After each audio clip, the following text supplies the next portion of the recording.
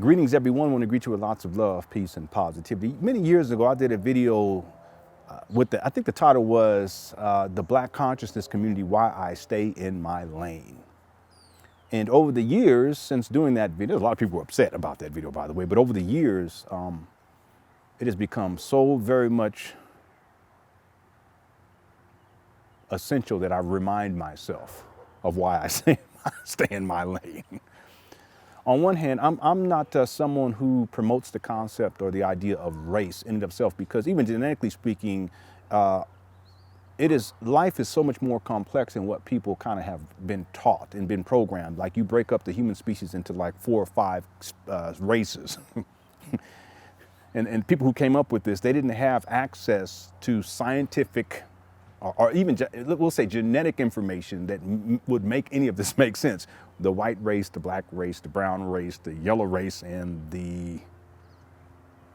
is that it? black, white, yellow, and red. I think that's it. Black, white, yellow, red, and brown, maybe. I guess we'll say 4 or 5. There's nothing scientific about that. It's like getting out some crayons and saying, okay, we're going to take, at this point, billions of people. We're gonna excuse the issue of actual genetics, and we're gonna just paint people based upon, okay, this is black people, this is white people, this is brown, this is red, and this is yellow. The yellows are kind of like the Asian people. The blacks are kind of like the African people. The whites are the ones from Europe. The red, at a certain point, that was like the Native Americans. And brown is like anyone else you can kind of throw in or fit in somewhere, okay? There's nothing scientific. In fact, it's quite immature. It's quite immature. But understanding that it is rooted in pseudoscience, it's not scientific, and it's not based upon genetics. It's difficult for me to promote the concept or the idea of race simply because it's irrational. It's illogical, in point of fact. But I do recognize that socially speaking, these dynamics do play themselves out, and culturally speaking too. The notion of, okay, these are white people, these are black people. I understand how that kind of functions in society, but in terms of it having a scientific backing, it simply does not have a scientific backing whatsoever. So one of the reasons why it has been difficult, and it's impossible for me to kind of prescribe to or subscribe to what has been called the black conscious community, is because a lot of the rhetoric is rooted in that foundation or lack thereof, in terms of a lack of genetic foundation. But we're going to split people up by the races, and then we have all this rhetoric to support one way or the other that there is this consistent combative experience between the races, and we have to figure out a way to become conscious enough to overcome all of the quote-unquote racism that is perpetuated by other groups of people against black people. Now, I understand that racism exists too, but that's not even the point that I want to get at in this video. Let me close. I didn't mean to get off onto a tangent. What I really want to get to is one of the major reasons why, outside of the racial dynamics or the racist propaganda that is promoted within the black conscious community, which is really no different than the white supremacist community. It's just flipped around. You just change the colors, but it's the same rhetoric. Another major reasons why I don't consider myself to be part of that quote-unquote community is simply because of the infighting that takes place, especially online, what we call the beefing that takes place online. And you know what, since I've done that, I did that video, everything that I said in terms of the beefing that takes place has consistently taken place. In fact, not only is it consistently taking place, it's gotten even worse. Right now, there's always people fighting against each other. And one of the people, two people who've been fighting with each other for years now, but it's kind of escalated more recently, is someone named Yvette Carnell and Boyce Watkins. And there's been this whole situation taking place with ADOS, American descendants of slaves, and Talib Kweli, who is a well-known rapper, and him going and beefing with Yvette Carnell and Yvette beefing with him.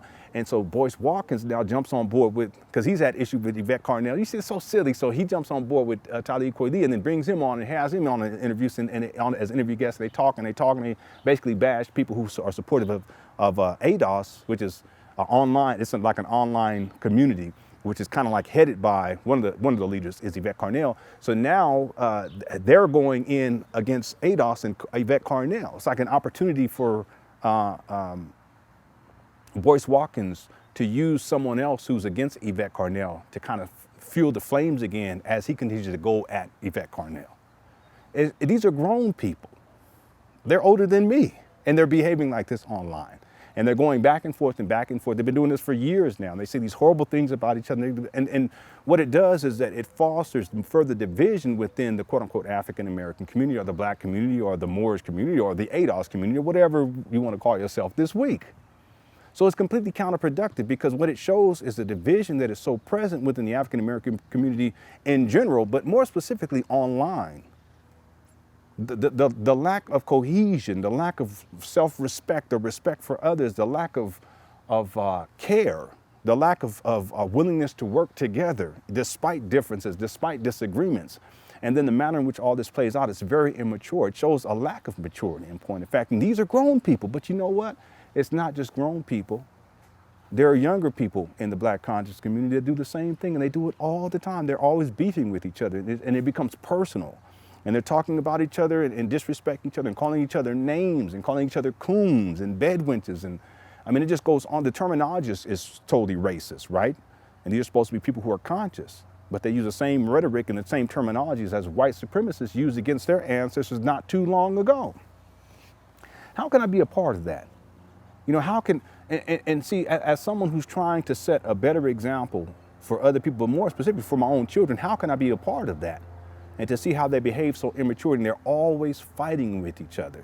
I'm simply not about that. If I'm unwilling to argue with my wife about issues, why would I want to argue with people online, or even get into some sort of, because they've been doing these debates and all these types of things. It's all conflict.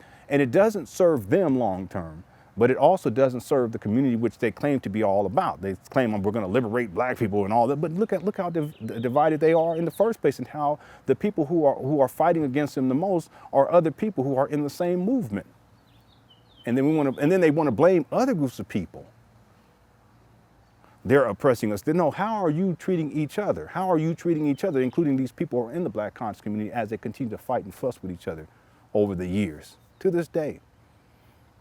It's gotten so far out of hand. And more recently, there's a brother named, young brother named Young Pharaoh, and he's going back and forth with this another brother. I can't remember his name. He's from the NOI, the Nation of Islam.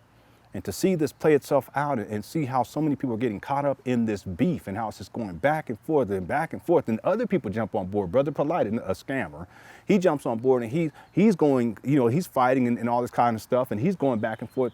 And it's just such a, it's really reflective of the levels of dysfunction within the quote unquote African American community.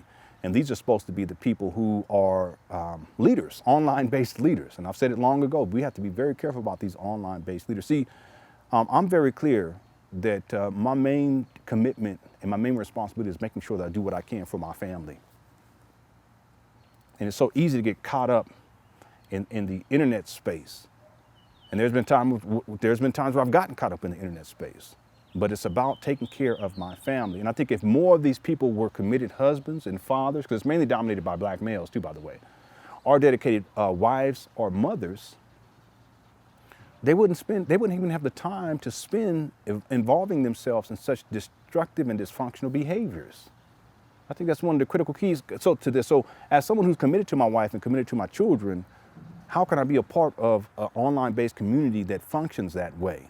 And you have so many males in particular who are not dedicated husbands and not dedicated fathers. And these are supposed to be the leaders.